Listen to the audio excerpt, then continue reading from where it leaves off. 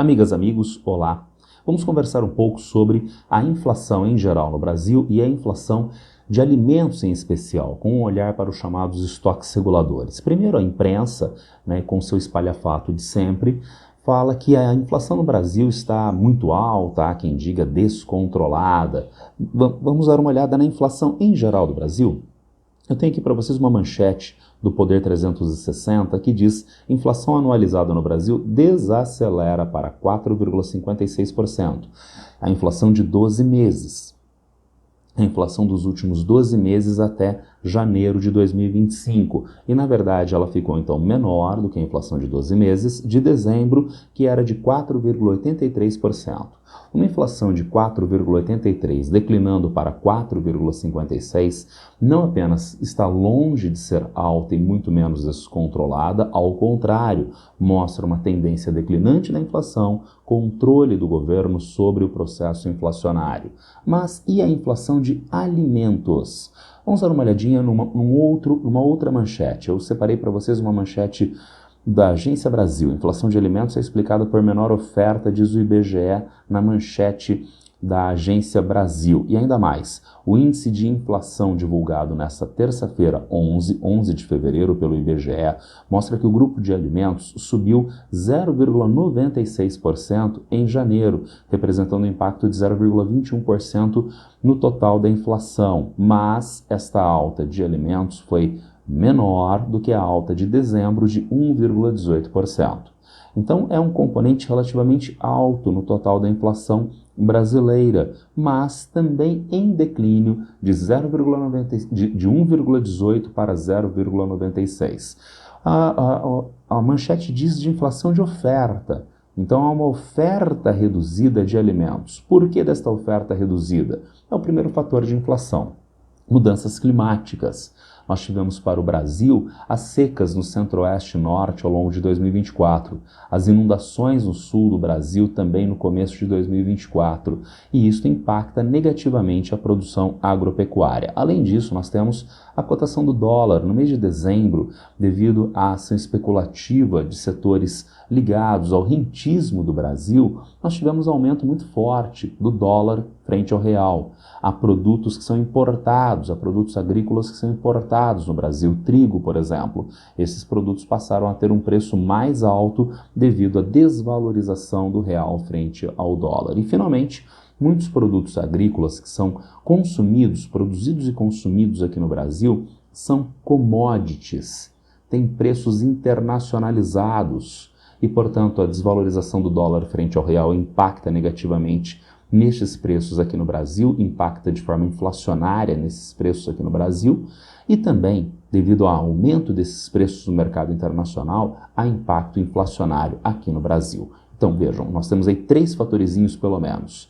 Nós temos a produção de commodities aqui no Brasil, que circulam no território brasileiro, mas têm os seus preços internacionalizados. A desvalorização recente do real frente ao dólar, especialmente no mês de dezembro, e as mudanças climáticas.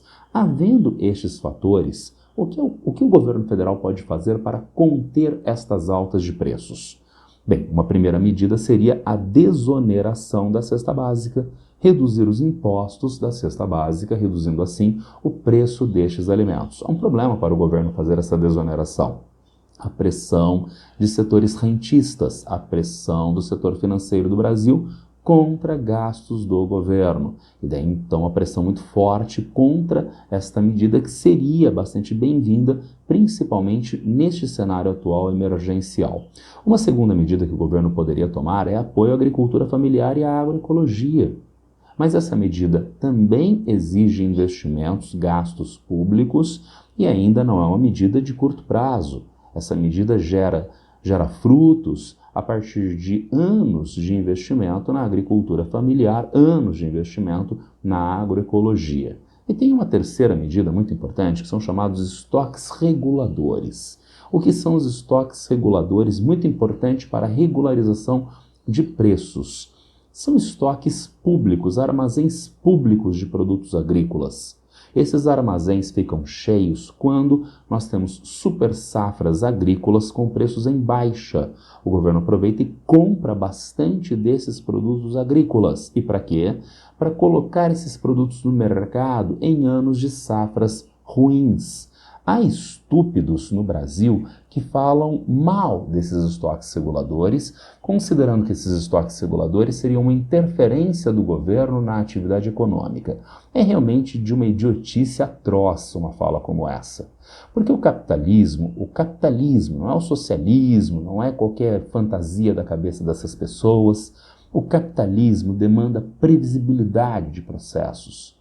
Isto vale para o setor de transporte, isso vale para a indústria, isso vale para o comércio, isto também deveria valer para a produção agropecuária, mas é um setor econômico que é altamente vulnerável a ciclos da natureza, a mudanças climáticas, mas não só mudanças climáticas, ciclos da natureza em geral, períodos de mais chuva, menos chuva, pragas, condições do solo. O capitalismo não se importa com isto. E o capitalismo quer regularidade de oferta. E daí como a gente pode garantir essa regularidade de oferta? A agropecuária tem inúmeros recursos para tentar minimizar este impacto da natureza, mas um deles é produzido pela forma de organização da produção em linha com o Estado nesses estoques reguladores. Quando há super safra, os preços caem devido à oferta mais significativa. Isso é bom para o consumidor, mas é muito ruim para o produtor rural, que vai vender o seu produto por um preço que pode ser abaixo do necessário para a cobertura dos seus custos. Como resolver este problema para o produtor rural? O governo compra os excedentes e mantém regularização de preço. E quando a queda da produção e, consequentemente, menor oferta, aumento de preços desses produtos. Será que vai haver inflação e as famílias mais pobres não podem comprar os alimentos? Será que as empresas que trabalham com matérias-primas agrícolas vão pagar mais por esses produtos? Não, porque o governo desova os estoques reguladores, beneficiando, então, num primeiro momento, o produtor rural, que não vai ter na super safra uma queda muito grande de preços, beneficiando num segundo momento, na ideia de quebra da safra, o consumidor pessoa física ou o consumidor empresa. E daí a necessidade desses estoques reguladores. Lembra que eu falei há pouco dos sonhos, das fantasias neoliberais contrárias a esses estoques reguladores? Mas eles parecem ser necessários à economia capitalista. Mais do que isso, a gente pode comprovar essa ideia vendo que um país bastante capitalista, os Estados Unidos, tem estoques reguladores robustos. Só para grãos, os Estados Unidos têm capacidade de estocagem de 65% da sua safra. O Brasil também tem capacidade de estocagem de grãos, mas 14% da sua safra.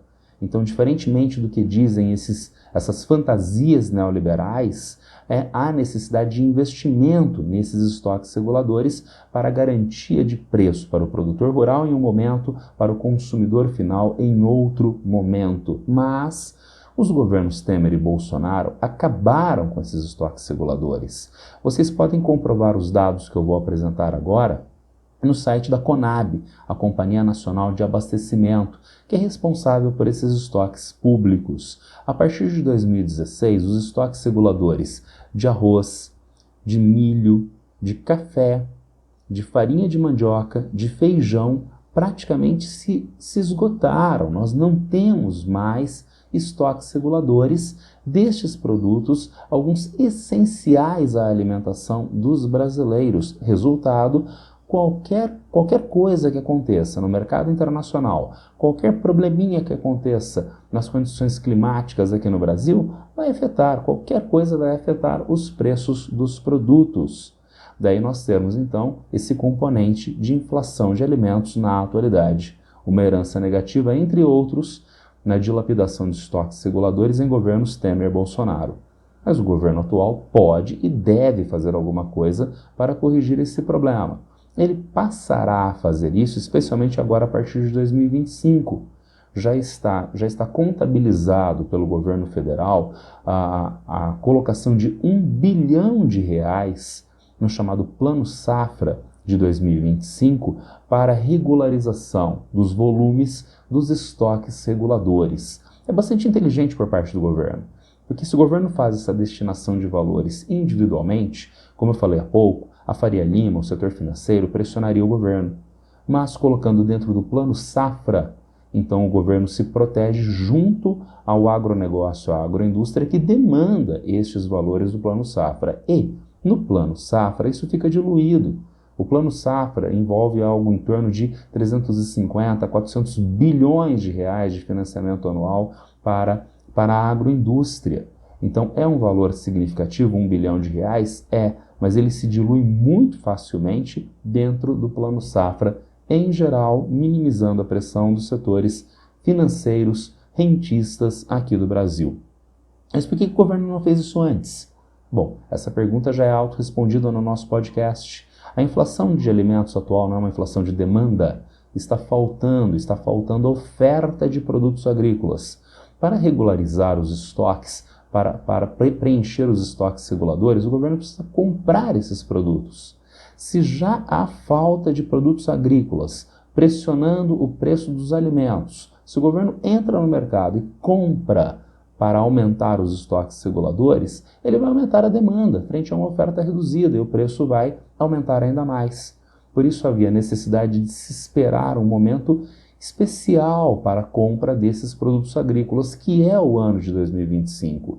Nós temos, segundo o IBGE, uma expectativa de aumento para a safra 2025 de 11,1% frente à safra do ano passado, chegando a um recorde de 325,3 milhões de toneladas de produtos agrícolas na nossa safra 2025. Então agora é um excelente momento para o governo entrar no mercado, comprar esses excedentes agrícolas e fazer com que os estoques reguladores voltem a funcionar adequadamente aqui no Brasil. Bom, era isso, um bate-papo sobre inflação de alimentos e um olhar especial nos estoques reguladores. Quem tiver alguma dúvida, algum problema, alguma crítica acerca desse podcast, já sabe, é só me encontrar a qualquer tempo nas redes sociais.